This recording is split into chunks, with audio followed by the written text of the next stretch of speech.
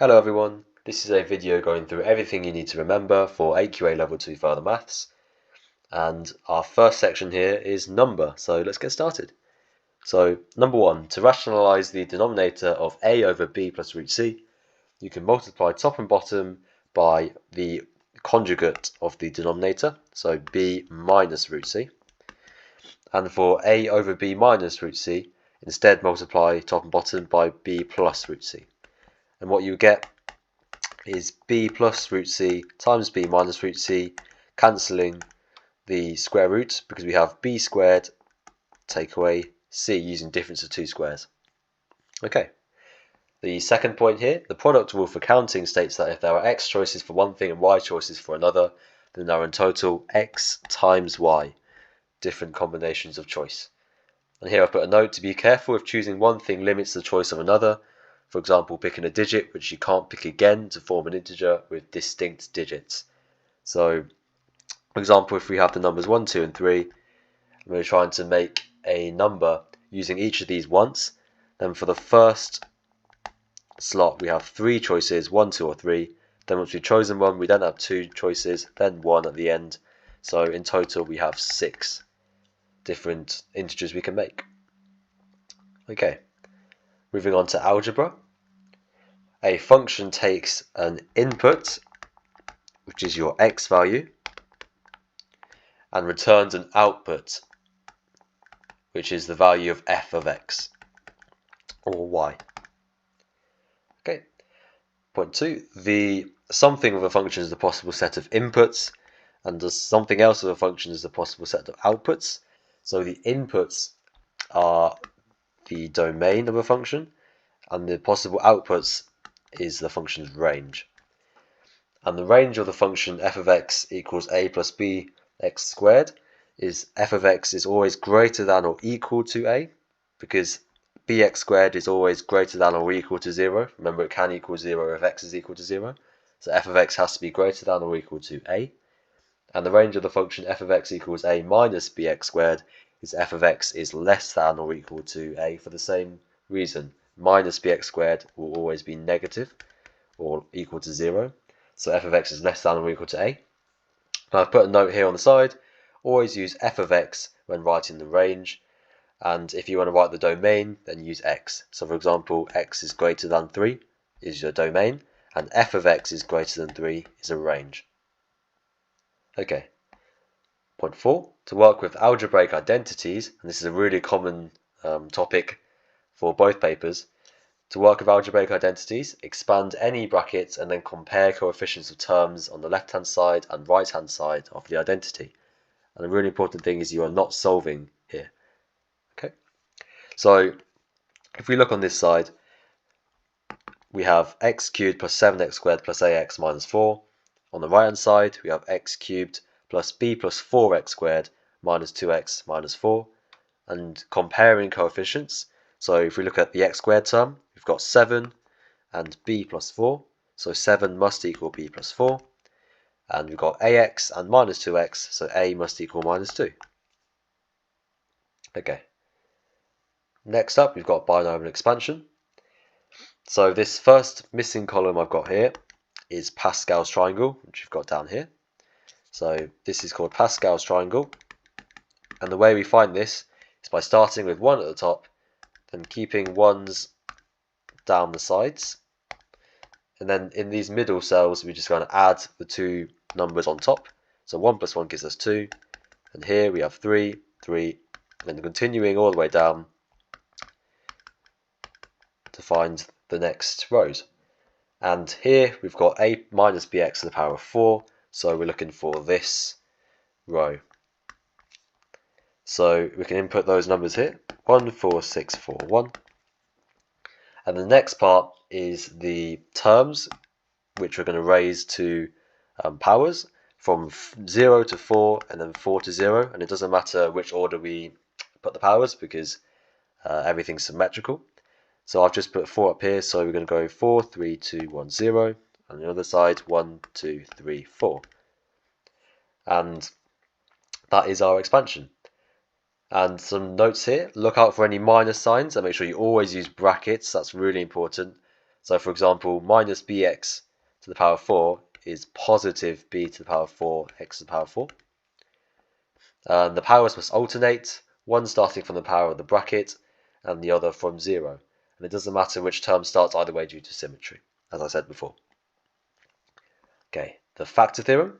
So the factor theorem states that x minus a is a factor of f of x if and only if x equals a is a root or solution to the equation f of x equals 0. So this if and only if means the theorem works either way. So you can either start with a factor to find a solution to f of x equals 0, or start with a solution to find a factor. Okay, so some examples of the factor theorem here. If x plus 4 is a factor of the polynomial f of x, then x equals minus 4 is a solution to the equation f of x equals 0, i.e. f of minus 4 equals 0. If f of minus 1 equals 0, then we have x plus 1 being a factor of the polynomial f of x. So remembering to flip the signs around for solutions and factors. Okay, so if 2x minus 1 is a factor of f of x, that means x equals a half is a solution to the equation f of x equals 0.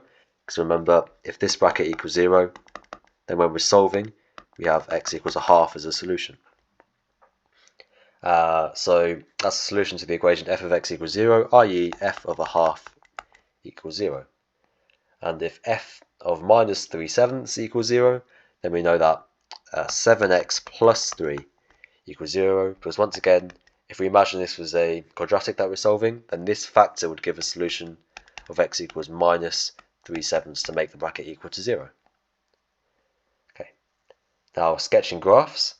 So our first step when we're sketching graphs is to determine the overall shape of the curve, which we've got down here. So for a positive quadratic, your shape will look like this, kind of like a smiley face, and a negative quadratic will be the opposite, a sad face. Obviously you wouldn't draw these dots in your exam, but that's a nice way to remember positive and negative quadratic shapes. And for cubics, we're going to have a similar sort of shape that overall goes upwards, and we can see we go from sad face to happy face at the end, so it's a positive cubic. And then the opposite way for a negative cubic, we have an overall downward shape, and we start happy and end up sad. Okay. The next part of sketching graphs is to find the intersections with coordinate axes. So for y-intercepts, you want to set x equal to 0, and for x-intercepts or roots, you want to set y equal to 0. And if required for the question, you can find or plot any stationary points and then sketch. Okay, so the last little bit in this graph sketching bit is for exponentials. So exponential graphs always have the same shape. So we're going to start low there and rise up for a positive exponential graph, and for a negative one or for a decay one, it goes the opposite way. And to find this and this y-intercept, remember we can set x equal to 0. So y equals a, b to the power 0. b to the power 0 is just 1. So the y-intercept here is a. And the same for the other side. And here I put a note. The sign of the power determines the overall shape of the curve. So these are the only exponential graphs you'll be expected to draw. And you see that the difference is the power. Okay.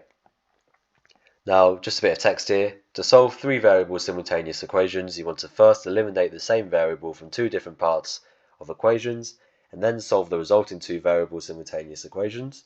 Then sub back in to find the third variable into any one of the 3 original variables. Okay, the limiting value of a sequence is found by only considering the most important term on the numerator, I should say, and its equivalent term on the denominator. And the most important term has the greatest power. So looking at this example down here, the greatest power is x cubed. So we're only going to look at the x cubed terms. Make sure you include the negative here.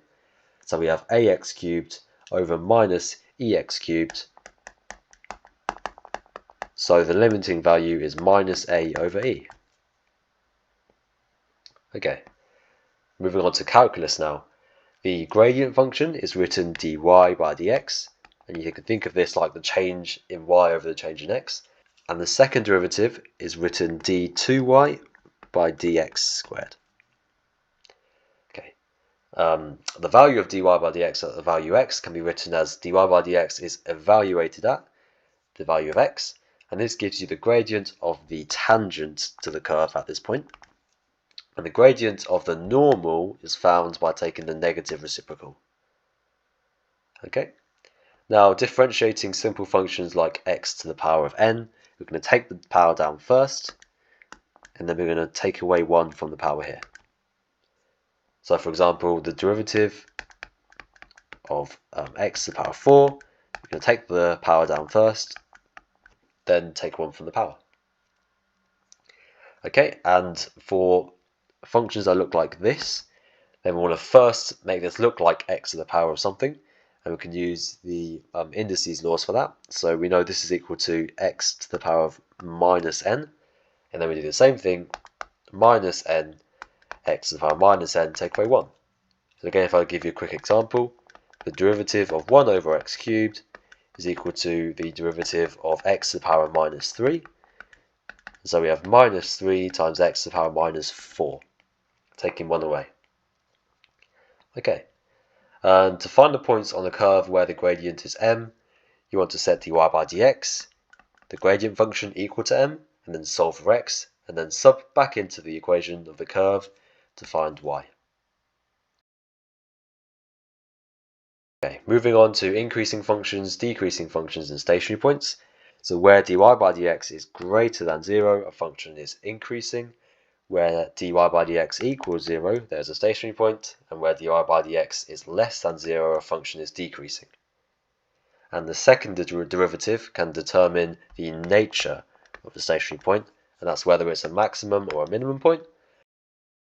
And when the second derivative is less than 0, then we get a maximum, and when it's greater than 0, we get a minimum, and that is because if we think about what a maximum point looks like, then to the left of the maximum point, the gradient is greater than 0, and to the right, the gradient is less than 0. So for a maximum point, the gradient has become from positive to negative. So the gradient is decreasing. So that's why the second derivative is negative. And the opposite is true for minimum points. On the left-hand side, the gradient is less than 0. On the right-hand side, the gradient is greater than 0. So the gradient is increasing, and that's why the second derivative is greater than 0. Okay, and when asked to find the maximum or minimum value in a modelling question, you want to first follow the first parts of the question to achieve the equation v equals or y equals, etc. And if you can't do these parts, don't worry, you can go straight to the next step, which is to differentiate the expression that they usually give you, and then find the stationary point by setting the gradient function equal to 0. And then the final point is just to make sure you answer the question properly and substitute any values back in to find the required value in the question. Okay, moving on to matrices. So to add or subtract matrices, they must be of the same order, so that means the same size. And when multiplying a matrix by a scalar, so just a number, multiply every element by it. So for example, 4 times the matrix 7, 8, then we have to multiply both 7 and 8 to get 28, 32. Now, matrix multiplication is not commutative,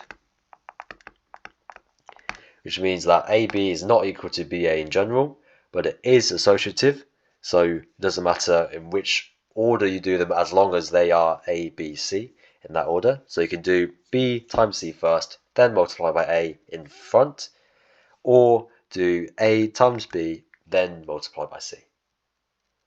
Okay. Two matrices can be multiplied only if the number of elements in the first matrices row is equal to the number of elements in the second matrix's column. So, for example, 4, 2, 0, 1 times 3, 6 can be multiplied because we have the same number of elements in this row and this column. However, these two matrices can't be multiplied because we have 2 elements in this row and 3 in the column of the second matrix. So to multiply two matrices, you can draw a grid like this, and then place the first matrix on the left-hand side and the second one on top. And it's really important you do it in this order because, as we said before, A times B is not equal to B times A when you're talking about matrices. So, for example, if we were looking to find this element here, then we need to work with 3, 2 and minus 2, 0. So we need to multiply 3 with a minus 2, and then the 2 with a 0, and add them together to get minus 6. So this element of that matrix there is minus 6, and you can do the same for the other 3. And the really important fact to know is that the 2 by 2 identity matrix is 1, 0, 0, 1. And that comes up very often when they get you to multiply matrices and to show that it's equal to some multiple of the identity matrix. So you need to know that the identity matrix is 1, 0, 0, 1. Number 6, the identity matrix doesn't affect matrices when multiplied with them. So for any matrix A, I times A is equal to A times I is just equal to A, because the identity matrix doesn't change matrices when you multiply. Okay, so point 7, when a point is transformed, the new point is called its image under the transformation. So moving on to transformations. So you should know that matrices can represent transformations in the xy plane. So for example, we've got here the matrix that we're then multiplying by the point, and that's important, the order there, and we get the image from that. So the matrix times the point gives us the image, and we can see that this is actually a reflection in the x-axis. So this matrix here represents a reflection in the x-axis.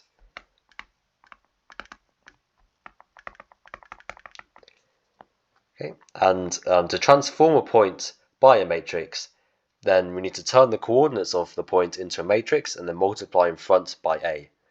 So the point xy we're going to put here after the matrix A. Then we're going to have the image being x dash y dash.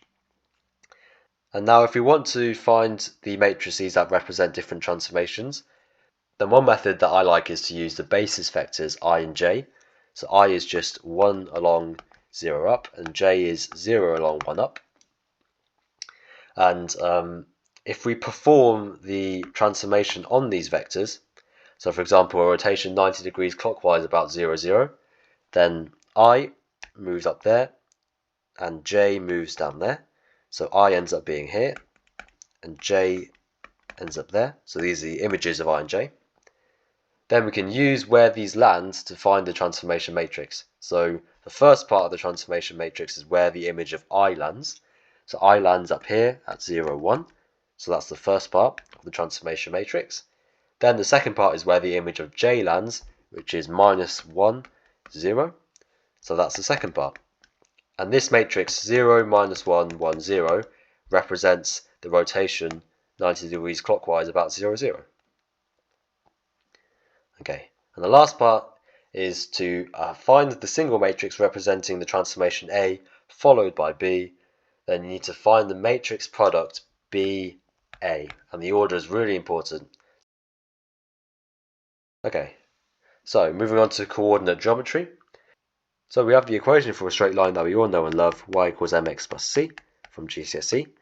But there's an alternative straight line equation that can be easier to work with, and that is y take away y1 is equal to m times x minus x1, where x1, y1 is a point on the line.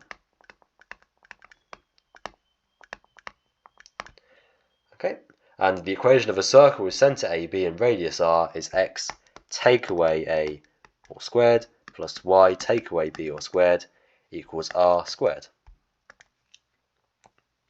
Okay, moving on to trigonometry.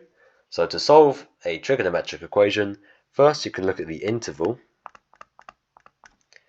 So for example, 0 degrees is less than or equal to theta is less than or equal to 360 degrees. Then you can sketch a graph. So we'll have a look at some of the graph shapes down here in a second. And then find the solution by exact trig or your calculator, and then use symmetry to find the other solutions in the interval. So I'll give you an example of what that looks like. But first, let's fill in these graphs. So sine of x starts at the origin and goes up to a maximum of 1. So sine of x goes from the origin up to a maximum of 1 at 90, then back down to 0 at 180, then the minus 1 at 270, then 0 at 360. And the same occurs on the other side. And the same pattern happens on the other side. And the same pattern happens on the other side. And cos of x looks very similar, but just shifted to the left slightly. So we start, rather than at the origin, we start at 0, 1. And we go down to 0 at 90, then come back up, back to 1 at 360. And again, the same happens on the other side. Okay, so some important things to note about these graphs. Sine and cos have a period of 360, which means they repeat every 360 degrees, as you can see here.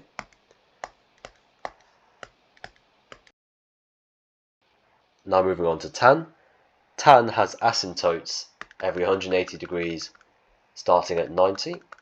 So every 180 degrees after and before 90, we have an asymptote, which just means a line that we get really, really close to but never quite reach. So that's what your graph of tan of x looks like. And then this repeats every 180 degrees, so we get the same sort of shape repeating. Okay, and tan has a period of 180, and there's asymptotes at every 180 degrees after 90 and before 90. And just to return to a point over here about the symmetry of a graph, let's say, for example, we're looking at the solutions for sine of x equals a half. So this is the line y equals a half.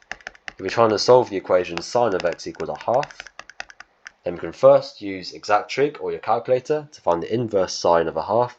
That should give you 30 degrees. So this angle there is 30 degrees to give us sine of 30 as a half. And then we can use the symmetry of a graph to say, well, you know it's symmetrical about 90 degrees here. So this solution here is going to be the same distance from 90 as 30 is. So the distance between here and here is 60 degrees, and that will be the same distance from here to here. So just adding on 60 to 90 gives us 150 degrees. So the second solution in the interval 0 is less than or equal to x is less than or equal to 180 is 150. Okay. Now, two trigonometric equations you must remember for your exams. So first of all, tan of theta is equal to sine of theta over cos of theta. And the second one is sine squared theta plus cos squared theta equals 1. And to prove a trig identity, you can choose the more complicated side to start on. So that can either be the left-hand side or the right-hand side. It's best practice to work on just one and show that it's equal or equivalent to the other one. And then use identities to work that side towards the other. And again, really important that you don't solve.